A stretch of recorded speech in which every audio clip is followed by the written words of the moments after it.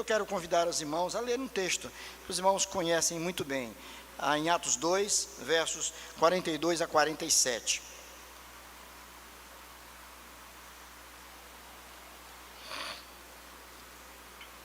Atos 2, versos 42 a 47. Como viviam os convertidos. Como viviam os convertidos. Vamos ler com atenção estas palavras. Eu sei que você já deve ter lido isso aí muitas vezes. Eu acredito que você já ouviu muitos sermões nesse texto. Eu acredito que você já deve ter lido livros sobre esta passagem, que você já deve ter ouvido lições em escola dominical sobre tudo isso. Mas eu te convido a retornar a esse texto e vamos ver o que Deus tem reservado para nós nesta manhã. Diz assim a palavra: e perseveravam na doutrina dos apóstolos, e na comunhão, no partir do pão e nas orações. Em cada alma havia temor, e muitos prodígios e sinais eram feitos por intermédio dos apóstolos. Todos os que creram estavam juntos e tinham tudo em comum.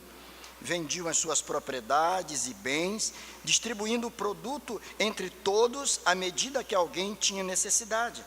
Diariamente perseveravam unânimes no templo, partiam pão de casa em casa e tomavam as suas refeições com alegria e singeleza de coração, louvando a Deus e contando com a simpatia de todo o povo. Enquanto isso, acrescentava-lhes o Senhor, dia a dia, os que iam sendo salvos. Olha o que tem bem no final. Enquanto isso, esse isso aí é bem elástico. Esse isso se refere a tudo que você leu antes. Tudo que você leu aqui antes. Enquanto todas estas coisas estavam acontecendo, acrescentava-lhes o Senhor. Isso mostra que Deus estava, na verdade, trabalhando. Deus estava trabalhando.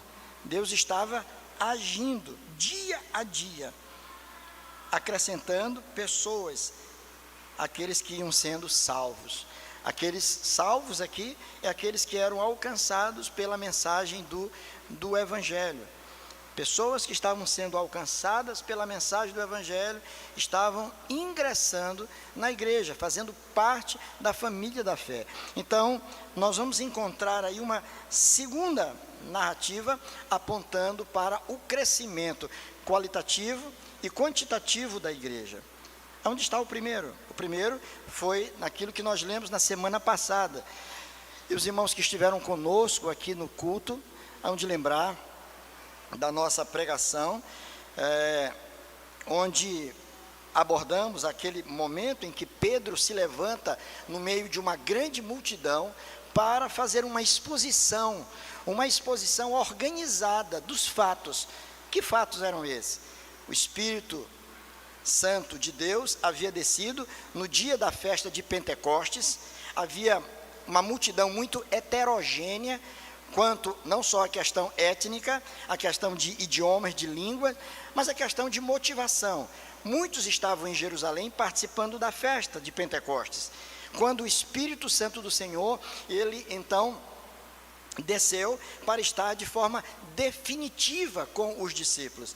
Aqueles dias, o número de discípulos era algo em torno de 120 pessoas, nada além disso, mas o Espírito Santo veio e desceu sobre eles, sobre homens e mulheres, sobre adultos, sobre jovens, adolescentes, sobre todos de forma geral. O Espírito não veio para alguns em detrimento de outros, mas o Espírito veio para todos aqueles que se reuniam em nome do Senhor. E um fenômeno extraordinário aconteceu, com o fenômeno da glossolalia, o falar em línguas, e muitos daqueles que estavam no meio daquela multidão não entenderam absolutamente nada do que estava acontecendo, e por isso mesmo emitiram um juízo, apresentaram uma explicação para aquilo, e aquelas pessoas que nada entendiam chegaram a dizer que aquela turma toda estavam loucos, eles estavam fora de si, eles estavam embriagados, eles tinham bebido alguma coisa e por isso mesmo estavam falando coisas que eles não conseguiam entender. Na verdade, o que estava acontecendo ali é que o Espírito Santo de Deus estava usando pessoas para falar num idioma que eles não conheciam, a fim de que pessoas que eram de outros lugares, de outras culturas, que falavam outros idiomas, pudessem ouvir na sua própria língua a mensagem do Evangelho. Tudo isso nos aponta para um Deus que tem como alvo o alcance de pessoas. A vontade de Deus era que pessoas que não conheciam o Evangelho pudessem então conhecer. Pedro, diante daquilo que estava sendo dito, Pedro se levanta. E falamos aqui, quem era Pedro? Pedro não era um catedrático, Pedro não era um teólogo vindo de um pós-doutorado em alguma universidade qualquer. Pedro era um homem simples, Pedro era um simples pescador, era um homem rude, mas um homem que estava cheio do Espírito Santo de Deus. E grandes coisas acontecem quando homens cheios do Espírito Santo de Deus abrem a boca para falar em nome de Deus. É Deus que se manifesta, e ele abriu a sua boca, e ele começou a expor tudo aquilo, e ele começou a falar acerca daquele fenômeno, e por que ele estava acontecendo. A mensagem de Pedro foi de fato muito dura, como nós vimos, mas ao final, algo em torno de 3.000 pessoas, se converteram a Cristo Jesus. A igreja passou de 120 pessoas para 3.000 pessoas, sem que isso fosse programado, sem que isso fosse planejado, sem que isso fosse anunciado, que o Espírito Santo de Deus iria fazer uma grande obra. Simplesmente, um homem cheio do Espírito falou, e o Espírito de Deus abriu corações, compungiu corações, desmanchou as barreiras dos corações, para que aqueles incrédulos, aqueles céticos, aqueles que duvidavam do que estava acontecendo, que não conheciam Jesus, pudessem entregar as suas vidas a Jesus. Quem eram estas pessoas?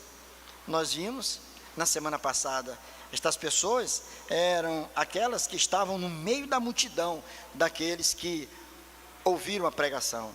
Aquelas pessoas eram também aquelas que tiveram seus corações tocados pelo Espírito Santo de Deus.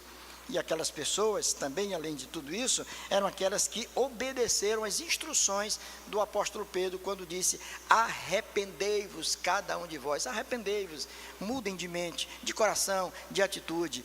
Essas pessoas todas, elas foram recebidas na igreja. O texto diz que então 3 eles foram batizados e a igreja teve um crescimento exponencial. E agora nós vamos para a sequência dos fatos. A questão é, nós já sabemos quem eram aquelas pessoas. Você já sabe quem eram aquelas pessoas. Você já sabe o que aconteceu no coração delas. Você já sabe qual foi a decisão que elas tomaram. Você já sabe que agora elas faziam parte do corpo de discípulos, faziam parte da igreja de Jesus. Elas estavam ali em Jerusalém. Agora surge uma outra pergunta: como essas pessoas passaram a viver? Como viviam então os convertidos, que agora faziam parte da igreja de Jesus? Esse texto vai falar exatamente sobre isso. E por que isso para mim é importante? E eu entendo que é importante para nós e para a nossa igreja, quando ela completa 12 anos. O que nós devemos pensar? O que deve ocupar o meu coração quando eu penso em crescimento de igreja? Quando eu penso e desejo que Deus abençoe cada vez mais a nossa igreja, Deus faça com que ela cresça para a honra e para a glória do seu nome. Muitos têm errado nesse caminho, porque fazem até um diagnóstico correto. Eles olham para o quadro e eles percebem que tem alguma coisa errada. E eles pensam e entendem então de que alguma coisa precisa ser feita, de que a coisa não está bem. de que a coisa precisa melhorar. Esse é um diagnóstico que uma pessoa honesta, sincera e que ama Deus, ela pode fazer. E muitos por aí afora, em várias denominações, estão fazendo esse tipo de avaliação. O que está acontecendo? O que está acontecendo com a nossa igreja? O que está acontecendo com a nossa comunidade local? Por que ela está marcando passo? Por que ela não avança? Por que ela não cresce? A reflexão, ela é válida. E eu diria até para vocês, ela é mais do que necessária. Ela é mais do que necessária. Agora nós precisamos ponderar, para que depois do diagnóstico, nós não venhamos dar o tratamento errado. Por exemplo de uma pessoa que procura um médico, e ele faz um diagnóstico correto. Ele olha, manda fazer os exames, ele já entendeu o que está acontecendo no corpo daquela pessoa, mas ele prescreve a medicação errada. Às vezes até o remédio prescrito, ele é correto, mas ele errou na dosagem. E se ele erra na dosagem, ao invés de ajudar aquele paciente, ele pode matar aquele paciente, ele pode complicar a saúde, a vida daquela pessoa. Daí o cuidado muito grande de entender o que está acontecendo, de compreender o que na verdade está acontecendo, e depois buscar os mecanismos, o tratamento próprio, se é um tratamento medicamentoso, se é um tratamento cirúrgico, o que vai se fazer para que esse paciente possa ele ter saúde plena. A igreja não é diferente. O nosso diagnóstico pode estar certo, mas muitas vezes as nossas prescrições podem estar erradas. Por isso nós temos visto muitos grupos aí afora que têm crescido bastante. A pergunta que a gente faz: a custo de quê? A preço de quê tem crescido? Por que crescem tanto igrejas que nós não consideramos como igrejas, como grupos, como Universal do Reino de Deus, Mundial do Poder de Deus, que estão lotadas, espalhadas nas principais avenidas das cidades? Compreenderam que deveriam usar uma estratégia própria, estão lotadas. Mas a pergunta que nós fazemos corajosamente aqui: será que aquilo ali é evangelho? Será que o que está sendo ensinado, o que está sendo feito, o que está sendo dito ali, as promessas que são feitas, elas encontram respaldo nas escrituras sagradas? É bíblico tudo isso? Essa é a forma correta de fazer? Muitas vezes podemos cometer certas injustiças, especialmente para irmãos nossos na fé, missionários, obreiros, que estão espalhados nesse Brasilzão imenso, em cidades pequeninas, em povoados, em aldeias, pregando o evangelho, honestamente, fielmente, mas sem um resultado expressivo. Aqui nós temos um indicativo de como viviam aquelas pessoas, e como aquela maneira de viver estava proporcionando um crescimento verdadeiro na igreja de Cristo Jesus. É interessante porque a gente olha para esse texto e a gente vê muita coisa aqui, e às vezes você pode correr o risco de ver muita coisa e ao final não ver nada. Você olhar e não conseguir juntar as peças que estão aqui. Por isso uma das coisas que a gente aprende na tarefa da pregação e da preparação do sermão é que um texto, ele tem que amadurecer no coração do pregador. Às vezes textos que são muito óbvios, que você já leu, já compreendeu, e você olha para ele e diz assim: o que mais eu tenho para dizer aqui? Eu já até preguei aqui. O que eu poderia falar? Todo mundo já sabe isso aí. Isso tem sido explorado fartamente por muita gente, por muitos autores, por muitos escritores, por muitos pregadores, e todos já sabem exatamente como aqueles irmãos de fato viviam. Mas um texto precisa acompanhar aquele que quer expô-lo.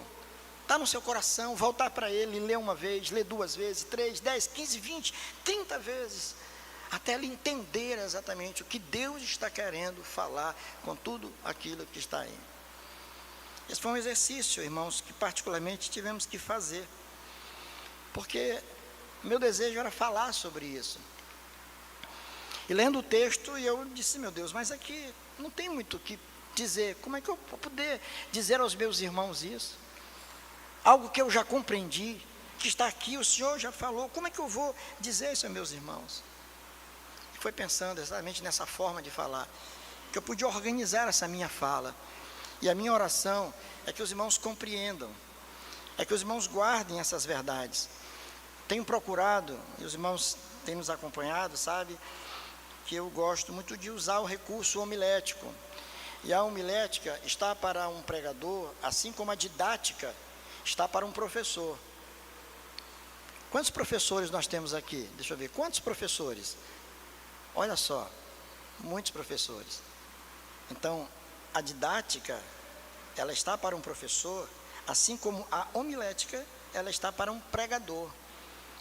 E é pela homilética que você vai encontrar uma forma própria de dizer, de expressar as verdades que estão contidas no texto que você leu.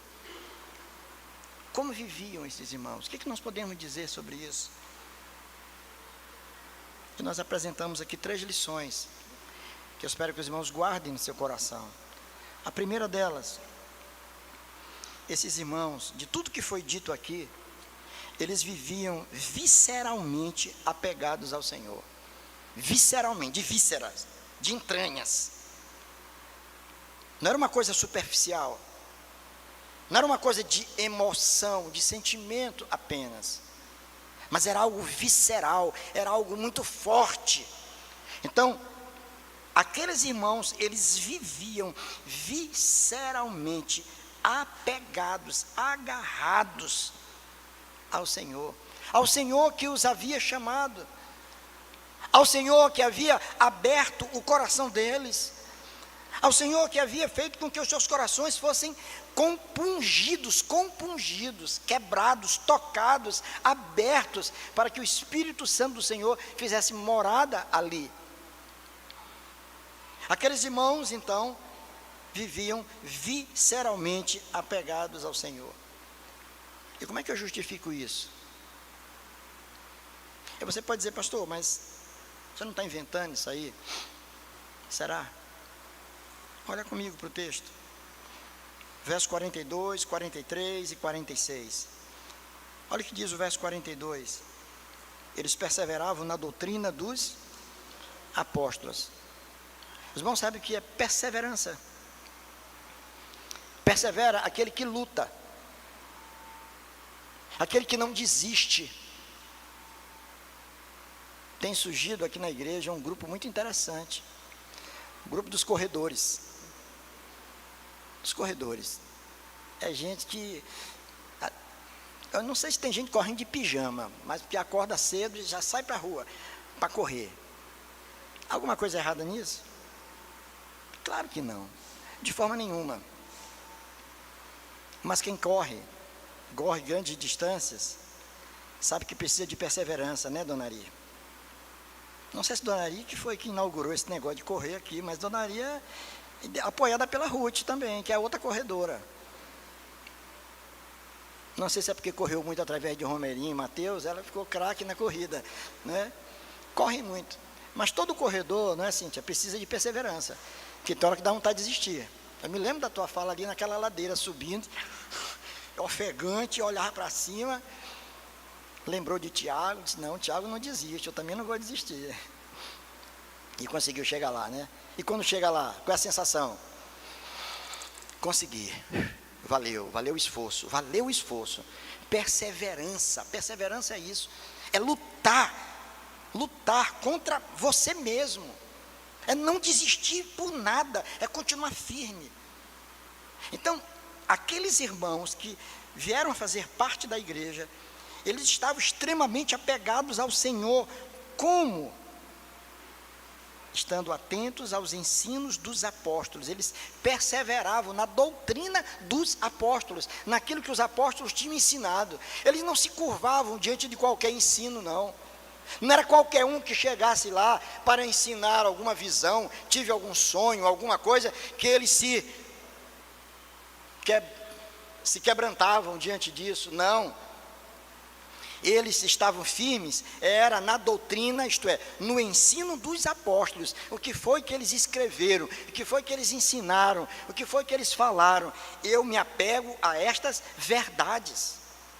E a vida do crente, ela é sustentada não propriamente por aquilo que ele sente. Porque os nossos sentimentos, os nossos sentidos, eles muitas vezes falham. Mas a nossa vida de fé, ela é sustentada por aquilo que a gente crê, por aquilo que a gente sabe. E aquilo que nós sabemos, que nos leva a crer, deve estar fundamentado na palavra de Deus, na sã doutrina. É importante que a igreja cresça apegada a Deus. Como? Estando atento aos ensinos dos apóstolos. Isso acontecia. O texto fala também, não somente isso, diz que eles perseveravam na doutrina dos apóstolos, na comunhão. A comunhão aqui aponta para a participação na ceia do Senhor. Era um momento que eles rememoravam o sacrifício de Cristo e reafirmavam a sua fidelidade para com Deus. E eles não abriam mão disso, desse meio de graça. Eles perseveravam no partir do pão e também nas orações. Isto é, era um povo que gostava de caminhar junto.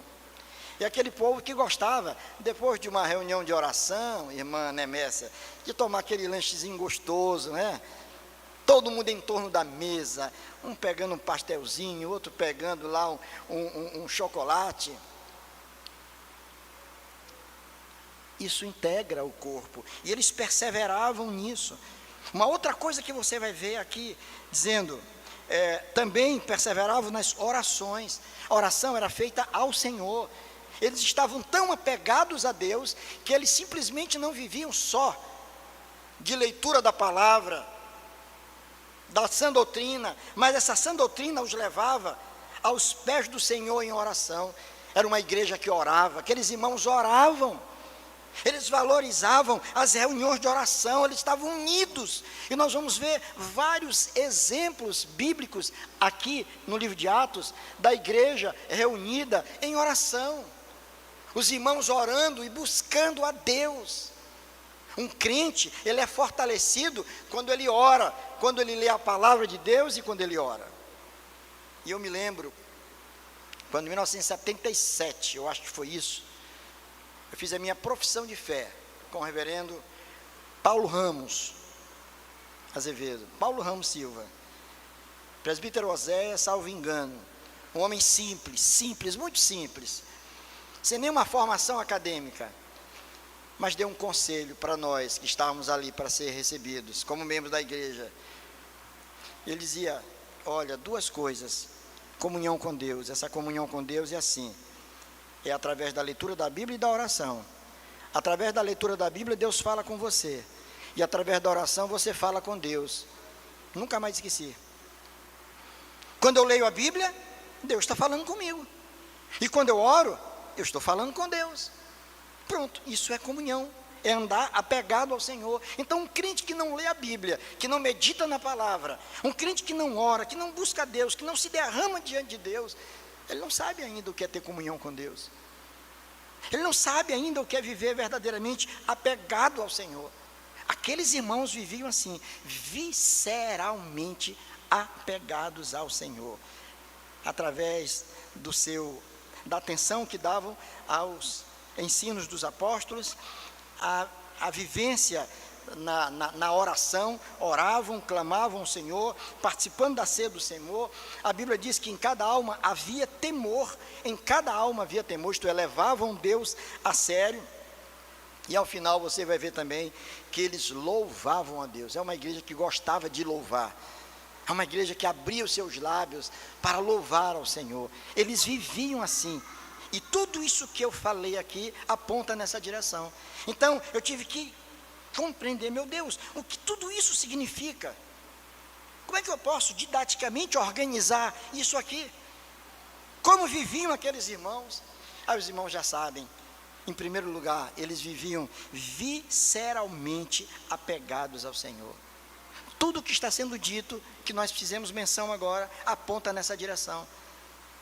Eram pessoas que estavam caminhando, eles não abriam mão disso, eles perseveravam nesse apego, eles não largavam mão do Senhor, independentemente das circunstâncias que tivessem vivendo, mas aquela gente, era uma gente que perseverava na doutrina dos apóstolos, perseverava na oração, na comunhão com os irmãos, eles não abriam mão disso em hipótese alguma, porque esse era o maior valor da vida deles. Irmãos, e preste atenção, nós costumamos na vida lutar por aquilo que nós queremos, nós costumamos lutar por aquilo que nós desejamos, por aquilo que nós acreditamos. Você luta, você se torna incansável por alguma coisa que para você tem um valor muito grande. Por isso, eu faço um parênteses aqui, se a sua família, preste atenção, se a sua família tem um valor muito grande para você, lute pela sua família, lute pela unidade do seu lar, lute com todas as suas forças pelos seus filhos. Você está em guerra, lute por eles, pela saúde espiritual deles, pela vida deles, pela comunhão em família, lute pela relação com a tua esposa. Não se canse de ser bênção na vida dela, não se canse de ser bênção na vida dele, mesmo que ele não reconheça, que ela não reconheça, mas lute por isso, com todas as tuas forças. Nós costumamos perseverar nas coisas que nós amamos. Portanto, persevere na tua vida como membro de uma igreja, te apegando visceralmente a esse Senhor. Não abra mão do Senhor em hipótese alguma. Não abra mão disso, porque a tua felicidade está diretamente ligada ao teu apego ao teu Deus. Ele é aquele sem o qual você não pode viver. Alimente a sua fé com a palavra. Regue a tua fé com as tuas orações, com as tuas lágrimas. Se derrame diante de Deus, ore, clame ao Senhor, busque viver em paz com seus irmãos, para que mantenhamos a unidade na igreja. Tudo isso aí aponta nessa direção. Como viviam esses irmãos? Como viviam esses irmãos diante de tudo que foi exposto aqui? Em primeiro lugar, eles viviam visceralmente apegados ao Senhor. É a conclusão que chegamos. Mas há uma segunda lição. Como viviam essas pessoas? Como viviam os convertidos? Não somente visceralmente apegados ao Senhor, mas viviam também profundamente sensíveis às necessidades uns dos outros. Eles viviam profundamente sensíveis à necessidade uns dos outros. Eles estavam ali porque percebiam o que acontecia na vida de um e de outro. No verso 44, o texto nos diz que eles tinham tudo em comum. E eu quero fazer uma observação: isso não tem nada a ver com o comunismo. Nada a ver. Comunismo é algo maligno, não tem nada a ver com Deus. Nada. Isso aqui é outra coisa. Ninguém estava impondo nada a eles. Não era um regime fechado, impositivo, que roubava as suas propriedades, que dizia que essas propriedades não eram mais deles, mas eram do Estado. Nada disso. Isso é errado. Era algo voluntário. Os irmãos, tão cheios de amor e de apego para com o Senhor, sabiam que não poderiam ter os seus olhos fechados para as necessidades daqueles que estavam tão próximos. Como é que eu posso adorar a Deus com alegria, com felicidade, quando o meu irmão do lado está passando por uma privação, por uma dificuldade muito grande? Eu não estou disposto a pôr a mão no meu bolso para ajudar esse irmão, para perceber a sua carência. Não é que alguém está me impondo. A imposição é do Espírito no meu coração, de voluntariamente me desprender daquilo que me agarra, daquilo que eu tenho e que eu conquistei com muito sacrifício para dar a alguém.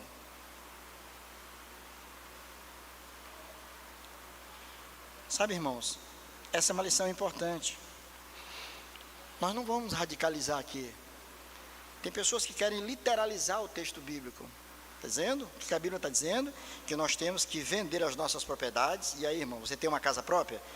Você tem um apartamento? Você tem terreno? Venda tudo e dê para quem não tem. Não é isso que está dizendo o texto. Não é uma obrigação. A ênfase aqui é no suprimento da necessidade daqueles que precisam. Se preciso for eu me desfazer de alguma coisa para beneficiar alguém que está precisando, eu preciso fazer. O grande problema é que nós estamos nos tornando insensíveis muitas vezes ao gemido daqueles que estão perto de nós, a começar dos nossos irmãos na fé. Eu nem me refiro àqueles que estão na rua. Tem cena que parte mais do coração da gente do que cruzar o retorno ali e ver aqueles venezuelanos com criança no sol quente. Passe meio-dia lá, o menino brincando com uma pedrinha.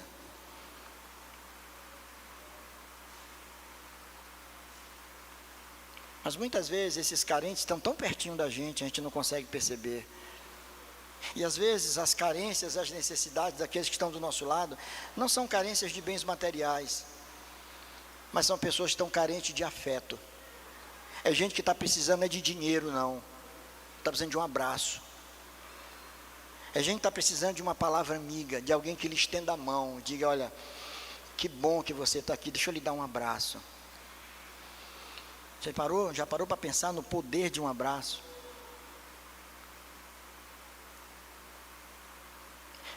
Aqueles irmãos viviam assim, sensíveis às necessidades uns dos outros. Não era uma igreja que se reunia somente para estudar a palavra de Deus, até com profundidade, com louvor maravilhoso, com equipamento de som. Na época não havia, mas a gente pode pensar, de última geração, com tudo do bom e do melhor, mas um completamente indiferente à vida do outro. Pessoas que não se conhecem e que, portanto, não interagem. E se não interagem, não tem como saber se alguém está precisando.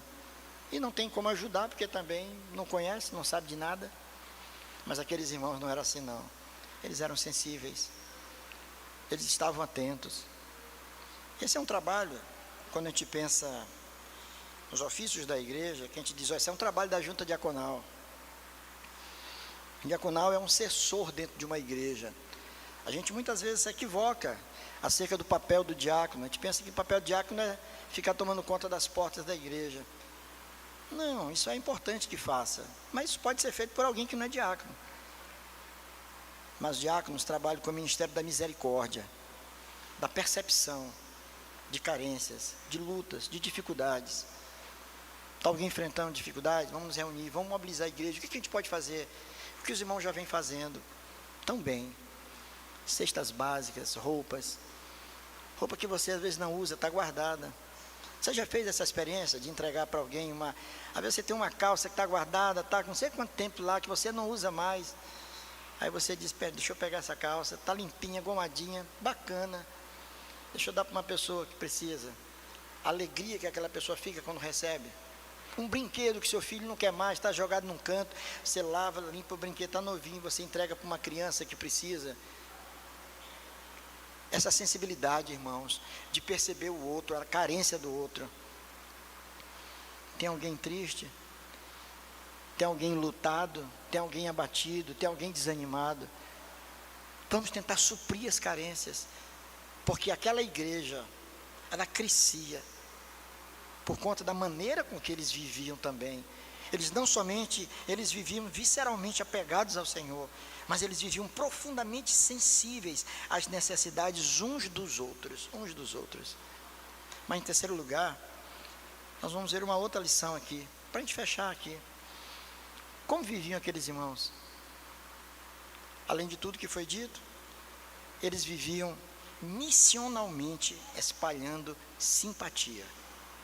Missionalmente, guarda essa frase. Eles viviam missionalmente espalhando simpatia. Olha o verso 47. E pense num texto que me deu trabalho. Foi esse aí. Por causa dessa palavra simpatia. Porque ela pode ser mal interpretada. Olha o que diz aí o texto. Verso 47. Louvando a Deus. Vamos ler comigo? Louvando a Deus e contando com a simpatia de todo o povo. Essa palavra simpatia no original é charis. E uma tradução literal ficaria mais ou menos assim: tendo graça para o povo inteiro. Fica meio sem sentido, né? E eu consultei várias traduções, inclusive a Peshitta. A Peshitta é uma tradução do aramaico, que é muito boa, muito interessante. E a ideia é exatamente essa. Qual é a ideia aqui, nessa expressão? De que eles contavam com a simpatia de todo o povo. Como que essa palavra charis, graça, ela é apresentada aqui? É que aquela igreja, ela, por conta do seu propósito de ser, por isso eu usei a expressão missionalmente, que vem de missão, ela procurava ser acolhedora, simpática. Não significa negociar valores, porque a gente às vezes confunde. Para que a gente seja simpático, então vamos ser uma igreja inclusiva. Vamos ser uma igreja inclusiva que aceita tudo. Pastor, 2 barbados chegam aqui querendo casar e eu digo, opa, vamos ser inclusivos, vamos embora casar. Não. Talvez se eu tivesse um cinto, eu dava uma pisa nesses cabras, né? Crajê de homem, rapaz. Não significa isso. Ser simpático, irmãos, não significa negociar valores para agradar o mundo, negociar elementos do culto para agradar o mundo. Nós vamos fazer o que está acontecendo em muitos lugares, lá nos shows por aí afora. Não. Ser simpático é agir com graça, irmãos. Irmãos, por quê? Por quê? Que muitas vezes o crente no ambiente de trabalho, ele é o mais chato que existe. Hein? Você já viu isso? Quando ele entra na sala, as pessoas olham e chegou o chato, vira para lá, chegou o chato. É o moralista, aquele acha que tudo está errado. A irmã pintou o cabelo, ele já julga aquela pessoa pelo cabelo. Botou a tatuagem, olha, tatuado, não pode, está errado, é no mundo, é pecado. Olha a roupa que ela está usando, olha o óculos, um óculos de cor diferente, porque eu aprendi que o óculos tem que ser assim, bem reverente. Aí ele usa um óculos azul, já comprometeu, estranho. E muitas vezes nós estamos deixando de ser simpáticos, acolhedores. Aquela igreja era uma igreja simpática, vivia de tal maneira, vivia tão leve, tão bem. Os irmãos viviam com uma alegria tão grande, mas tão grande, porque eles sabiam para onde eles iam, mesmo em meio às perseguições, às provações, eles estavam felizes, como o apóstolo Paulo que disse, eu aprendi a viver contente em toda e qualquer situação. Eram irmãos que entenderam as palavras de Jesus, quando disse, por exemplo, vós sois sal e luz. Vocês estão no mundo para temperar o mundo e para iluminar, para preservar. Vocês estão aí para isso. Não para ficar com uma canetinha na mão anotando. Pecado de um e do outro. Esse aqui errou bem aqui. Opa, aquele outro, aquele ali. Aquele ali, na casa daquele ali eu não entro. Que isso? Muitas vezes nós vivemos assim. Mas quando nós buscamos missionalmente espalhar simpatia, nós acolhemos pessoas. Tem muita gente, irmãos, que está aqui na igreja, várias pessoas, por causa de simpatia. Não é simpatia naquele sentido de, sabe? Alguém lhe foi simpático, agradável, cheio de graça, e convidou para vir à igreja. Olha a irmã Namá ali, ó. Levanta a mão aí, irmã Namá. Irmã Namá, aquela querida irmã. Sabe como é que a irmã Namá veio parar aqui? Porque a Sociedade de Senhoras fez uma programação chamada o Chá da Amizade. Não foi, né, Mércia? Chá da Amizade. O que consistia o Chá da Amizade? Simples. Cada irmã, membro da Sociedade de Mulheres, ia trazer uma amiga que não era crente. Namá nem gostava de crente. Vou falar mal dela agora aqui. Ela nem gostava de crente. Não gostava, porque os crentes para ela era tudo antipático, né? O que aconteceu? Lá Namá recebe um convite de Nemécia, e não tem como não aceitar um convite de Nemécia, que ela faz com tanta simpatia, com tanta alegria. Nemécia sorri fácil. Minha amiga, vamos lá. E acho que nem usou o chicote, aí foi o sorriso mesmo. E ela veio, sentou aqui. Ela sentou aqui, nunca mais deixou de vir. Participou da classe discipulado, participa do grupo de oração, todo o tempo presente, simplesmente por causa de um convite, simpático. Sabe o que as mulheres ganharam naquele dia? E eu estava aqui, ganharam cada uma, foi um Novo Testamento, eu acho, ganharam uma literatura e ganharam um brinco, um negócio, um adereço. Eu digo, olha que legal, e todo mundo abrindo lá e gostando, que coisa boa, olha só que coisa interessante, que coisa agradável. Sabe, a gente quando pensava antigamente em evangelização, eu sou daquele tempo ainda, que quando pensava em evangelização, a gente pensava assim, pegar uma caixa de som, ir para uma praça, pegar um violão, bater o violão lá, e às vezes o violão desafinado, mas estava lá batendo, e começava a falar, o microfone meio assim, ó, porque Jesus... A gente estava lá, fazendo trabalho, achando que o povo estava... E o povo passando para cima e para baixo. Aí você diz, pastor, mas eu conheço alguém que foi alcançado assim. Deus é maravilhoso. Deus alcança a gente como Ele quer. Seria esse o método hoje ainda? A gente fez muita serenata, saiu, eu, a Noaci, uma turma de jovens da igreja. Teve um tempo na igreja que nós formamos grupos. A mocidade reuniu ali na Coab. Nós formamos 5 grupos de jovens, cada grupo tinha mais ou menos 5, 6 jovens, cada grupo tinha um violonista, e eu fazia parte desse grupo, não porque pregava, que eu nem falava, era calado, era tímido, mas eu tocava o violão, dava para tocar lá, então eu estava para um lado, eu nasci para outro, Cleomar para outro, Simeão para outro, Daniel para outro, e assim, e tinha no grupo, alguém que falava, no meu grupo, era uma jovem, irmã do pastor Teotônio, Marta Helena, ela era que pregava. Nosso trabalho, sabe qual era, irmãos? Aos jovens aí, presta atenção. É bater de porta em porta, no Jardim de Fátima, aquele conjunto que fica no retorno da Coab, onde desmancharam ali perto do elevado.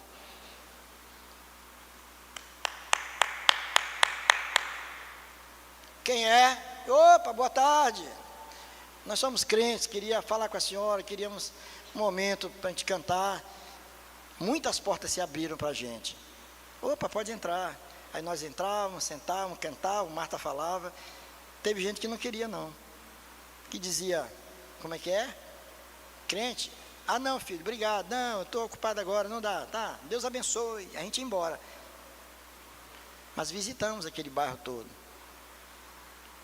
Igrejas, algumas delas aqui cresceram, sabe como? Com ministério de casais, de família. Eram casais crentes que prepararam o encontro para casais não crentes, casais que estavam em crise, e eu testemunhei o resultado de um encontro de casais que foi feito lá na Polícia Militar, Major Denis, no tempo que o comandante-geral era o nosso querido Marco Antônio Alves. A esposa dele, a Elve, mexia com esse negócio de casais, ela gostava demais desse ministério, promoveu encontros lá dentro. E eu ouvi o testemunho de muitos casais que se reconciliaram. Teve um lá, um tenente lá, que disse, olha, eu vivi uma crise muito grande, cheguei a me divorciar da minha mulher. Mas eu, por conta desse estudo, nós estamos marcando o nosso casamento de novo. Foi a mesma mulher. Deus restaurando famílias.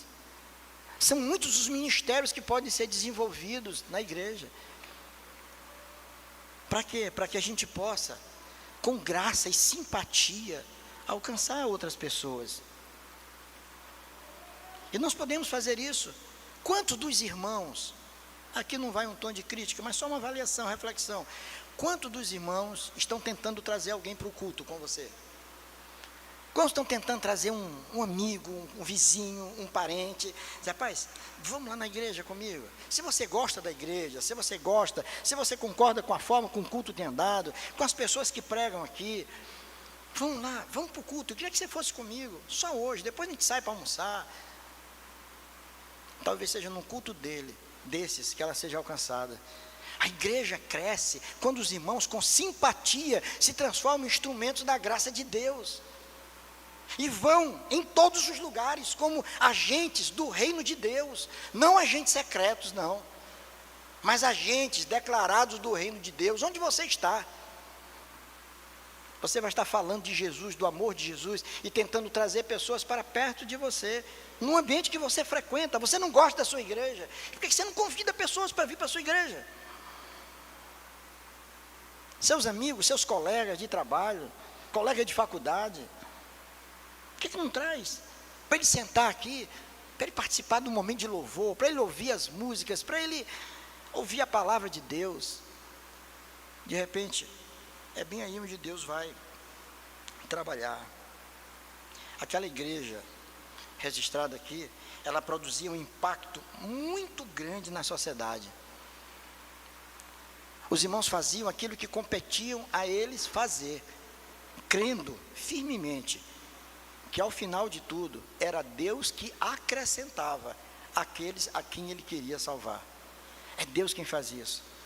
Por mais que nós nos esforcemos aqui no púlpito pregando, preparando o sermão, por mais que os músicos se esforcem apresentando o melhor possível, por mais que os diáconos se esforcem na recepção lá fora, por mais que os irmãos da transmissão se esforcem trancar dentro de uma salinha para transmitir o culto, se o Senhor não agir, nada acontecerá. Mas nós cremos que Deus nunca falha. Nós cremos que Deus age com graça. Nós temos que nos dispor para Ele. Fazemos parte da igreja, fomos recebidos, somos membros da igreja de Cristo. O que estamos faltando? Se temos a certeza de que o Evangelho é a mensagem mais transformadora que existe, se cremos firmemente que Deus não nos abandona e que a vontade de Deus é que a igreja cresça para a honra e glória do Senhor, o que nós estamos precisando? De 3 coisas: viver visceralmente apegados ao Senhor. Precisamos viver profundamente sensíveis às necessidades uns dos outros. E precisamos viver missionalmente, espalhando simpatia, graça. Vivendo assim. E eles vão lá fora olhar para nós. Eles vão olhar para nós, vão querer saber o que está acontecendo. Que povo é esse? O que está acontecendo ali? Por que não tem ninguém lá com a cuia na mão pedindo esmola em algum lugar? Por que eles se mobilizam correndo para ajudar uns aos outros? Por que esse povo louva a Deus com um vozerio tão bonito?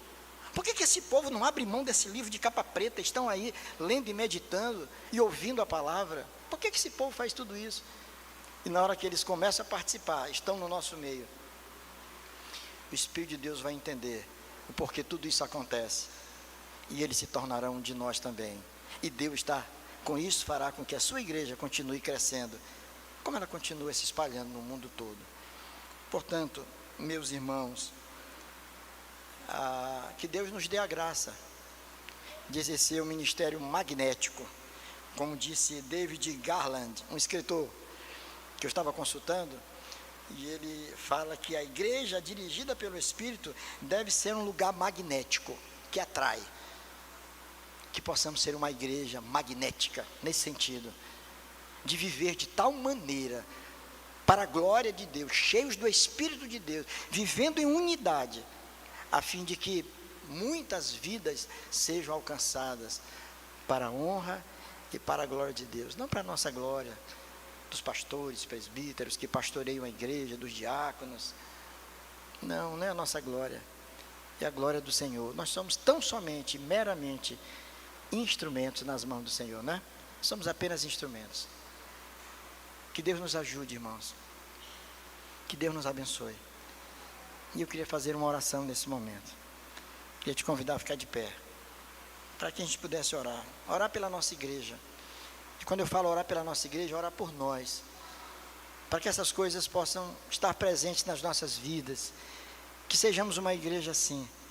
Porque em assim fazendo, nós vamos poder constatar e ver o Senhor dia após dia, acrescentando no nosso meio aqueles que estão sendo salvos. E eu, antes da oração, quero fazer menção só de um pequeno detalhe, como Deus usa instrumentos. Os irmãos sabem que todos os dias a gente escreve uma pequena reflexão, é muito pequenininha, ela não tem nada de grandioso assim, é uma pequena reflexão. E essa reflexão tem caminhado em alguns lugares, E aqui e acolá eu encontro alguém que compartilha comigo o que Deus, como Deus o abençoou por conta de uma pequena pílulazinha. Eu me lembro ainda, cadê Paulo? Está ali, a esposa da nossa irmã Zingra. E quando eu pensava, Paulo, que será que isso é importante? Nem todo mundo observa, eu acho que, será que é relevante fazer isso? Aí fui levado para um grupo de oração, participar lá está a irmã Nemécia, o grupo todo. E lá fui apresentado ao grupo, a primeira vez que eu fui na reunião, a Zingra estava lá. Quando fui apresentado, a irmã disse assim, isso aqui é o nosso pastor, o pastor Antônio Fontes. A reação dela, o senhor que é Antônio Fontes, eu quero fazer algo que eu tive vontade de fazer há muito tempo, quero lhe dar um abraço. Não entendi nada até então. Depois eu fui entender. Eles tinham perdido um filho de 16 anos, que faleceu. Ali o nosso irmão Paulo, esposo da Zingra. Foi um golpe duríssimo. Eles estavam sofrendo demais, sofrendo. Paulo, coitado, foi dilacerado, e ela também. Mas as irmãs estavam evangelizando. Como? Com essas simples, pequenas mensagens. Simplesmente o trabalho de olhar, ler, passar adiante. E essa mensagem ajudou. Hoje eles são membros da igreja. Levanta a mão aí, Paulo. Está aí o nosso irmão Paulo. Bênção. Casal de jornalistas, servo de Deus. Ele foi restaurado na alegria dele, ficou um tempo desigrejado, ficou muito abatido por conta disso também, mas Deus restaurou a alegria no coração dele e da Zingra também. Hoje são nossos irmãos, estão aqui com a gente participando da igreja. Que Deus continue nos usando, irmãos. Que Deus continue usando cada um de nós como instrumento em suas mãos. E você pode ser um instrumento nas mãos de Deus. Se disponha tão somente a orar por alguém e trazer esse alguém para a igreja para ouvir a palavra. Vamos orar. Senhor amado, nós louvamos o teu nome pela tua bondade e misericórdia. E eu te louvo pela vida da tua igreja, Senhor. E eu peço ao Senhor que abençoe a cada um dos meus irmãos. Que como igreja, Senhor, possamos caminhar unidos e firmes no propósito de obedecer ao teu evangelho, Senhor. Ó Deus, opera no nosso meio, assim como o Senhor operou naqueles dias. Que o Senhor esteja transformando vidas, restaurando casamentos. Que o Senhor esteja fazendo a tua obra e usando a cada um de nós, Senhor, como instrumentos em tuas mãos. Que possamos, ó Deus, olhar para o mundo, mas olhar com simpatia, a simpatia que Jesus olhou no sentido de ser bênção, ó Deus. Que sejamos sal e luz, onde quer que estejamos, que possamos ser instrumentos em tuas mãos, para a glória do teu nome, a fim de que possamos ver também o crescimento da tua igreja. Oramos, agradecidos, no nome amado de Jesus. Amém, Senhor.